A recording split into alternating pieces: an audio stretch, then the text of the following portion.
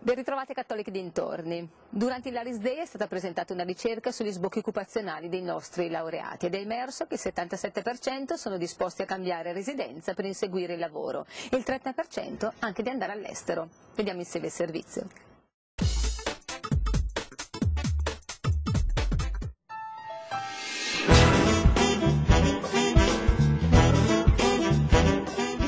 Sul nostro territorio bresciano quali sono le prospettive per i neolaureati? Presenteremo oggi una indagine molto recente, quindi che dà davvero il quadro dell'economia e quindi anche dell'opportunità di occupazione per i laureati in provincia di Brescia.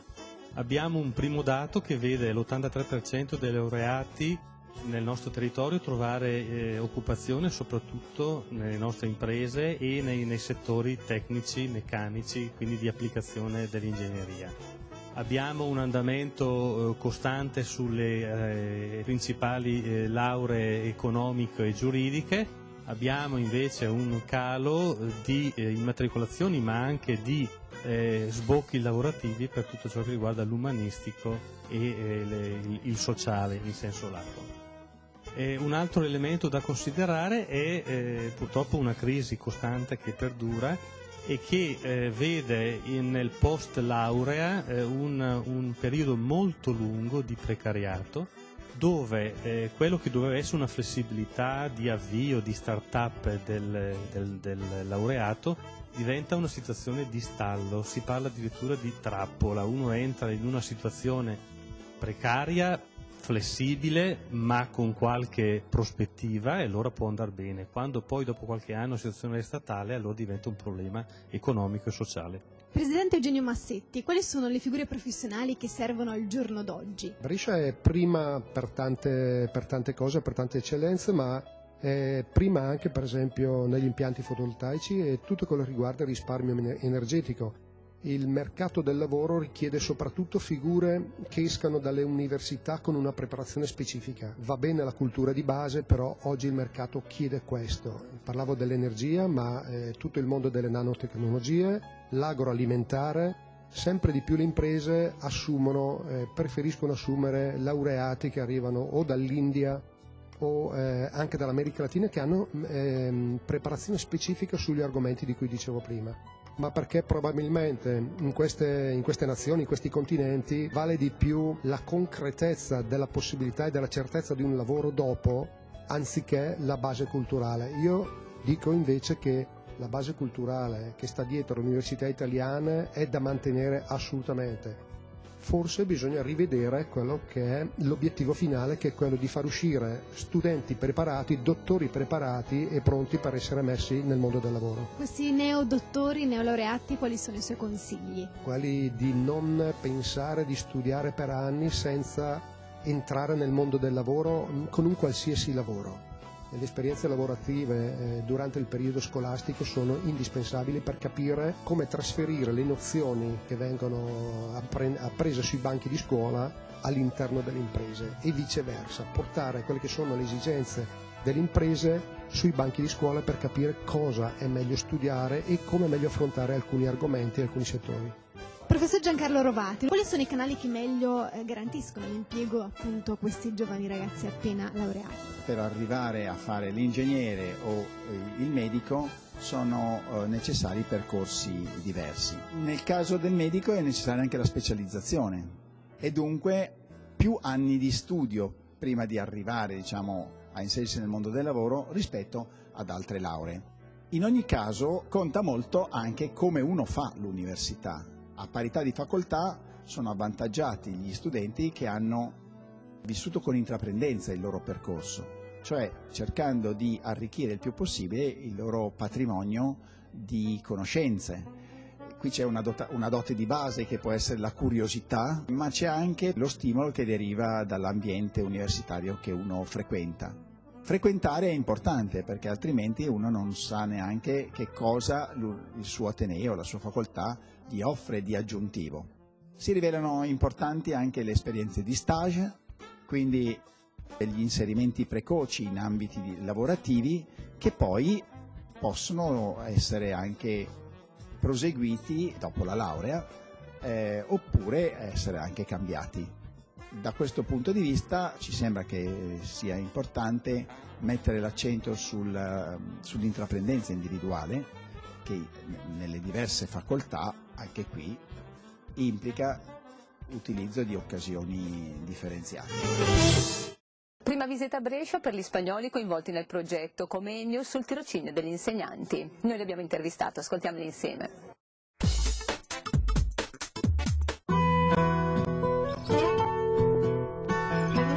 Quali sono gli obiettivi territoriali che pensa si otterranno con questo progetto biennale? Un miglioramento del tirocinio degli alunni dell'università, futuri professori.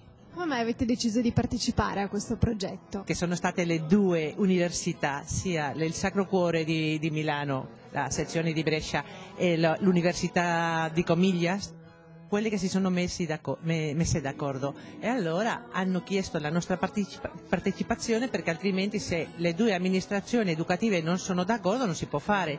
E abbiamo visto che era un progetto molto positivo e allora ci siamo buttati. Dottoressa Rodriguez, quali sono i motivi che hanno portato l'Università di Madrid a partecipare a questo progetto e quali pensa saranno i risultati alla fine di questa collaborazione biennale?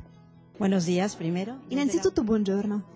Dall'Università Pontificia Comillas per noi è un piacere poter collaborare a livello internazionale. Da sempre l'internazionalizzazione è stato un punto fondamentale. Ci crediamo, vogliamo costruire reti internazionali che facciano in modo che tutti i nostri sforzi, il nostro lavoro e la nostra linea di ricerca si conoscano al di fuori della nostra università. Pertanto l'eccellenza va unita all'internazionalizzazione e noi accettiamo con enorme piacere questa grande opportunità che ci hanno offerto dal Sacro Cuore. Perciò li ringraziamo molto. Che cosa vogliamo da questo progetto? Costruire una rete internazionale, vogliamo ottenere dei raggiungimenti splendidi, un'integrazione come centro di riferimento e di eccellenza e soprattutto riuscire poi a trasmettere ai nostri alunni tutto questo expertise, questa competenza che stiamo acquisendo in questo progetto. Signor Torre, siete felici di partecipare a questo progetto? La candidatura di Per noi è un'opportunità unica entrare in contatto con la realtà educativa della regione Lombardia, in modo specifico con Brescia, e continuare questo rapporto con il Sacro Cuore, perché l'Università Pontificia di Comillas e il Sacro Cuore collaborano ormai da 20 anni. Inoltre è importante, siamo onorati di stabilire un modello educativo che possa servire per i futuri professori, sia in questa regione che nella comunità di Madrid. E ora spazio alla rubrica Libri in pillole per qualche consiglio di buona lettura per la Santa Lucia.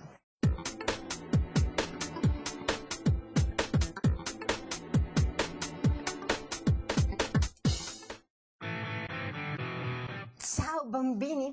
Ma chi è davvero Santa Lucia? Sappiamo che è una signora buonissima che porta un sacco di dolci e di giocattoli ai bambini la notte del 12 dicembre. Ma perché è diventata santa? Perché si muove su un carretto trascinato da un asino? A tutte queste curiosità risponde Anna Maria Perini in questo libro bellissimo intitolato La vera storia di Santa Lucia.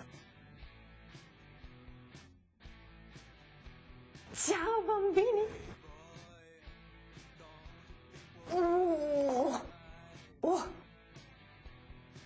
Ed ecco l'ultima avventura di Peter Coniglio Combina Guai con la nostra autrice Beatrix Potter.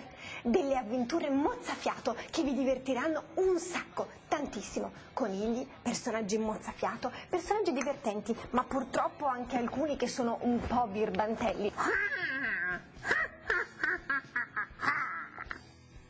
Mi raccomando, vi aspettiamo numerosi. Ciao ciao!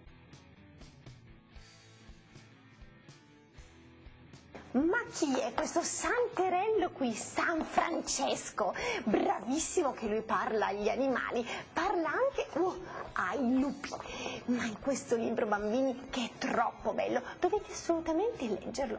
È così sensazionale e divertente.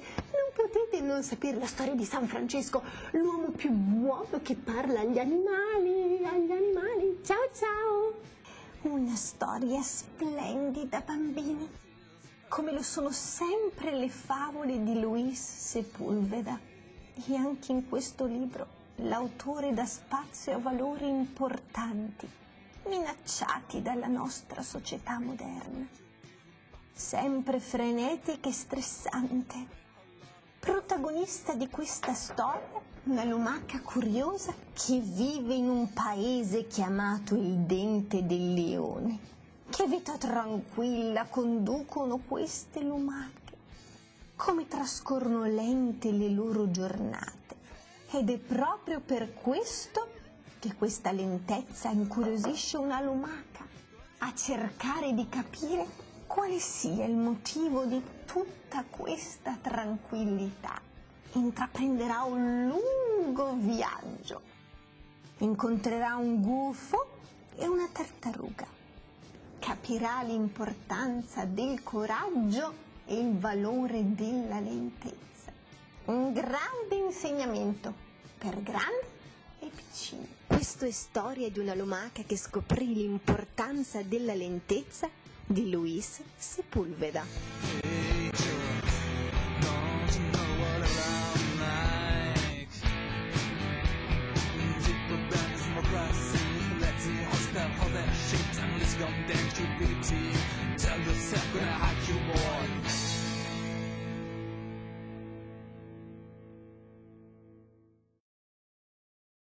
Anche per questa puntata è tutto, vi do appuntamento la prossima settimana, come sempre il venerdì alle 12.05 e alle 20.05 per chi volesse rivedere i nostri servizi. Sono disponibili su YouCut. Grazie per essere stati con noi.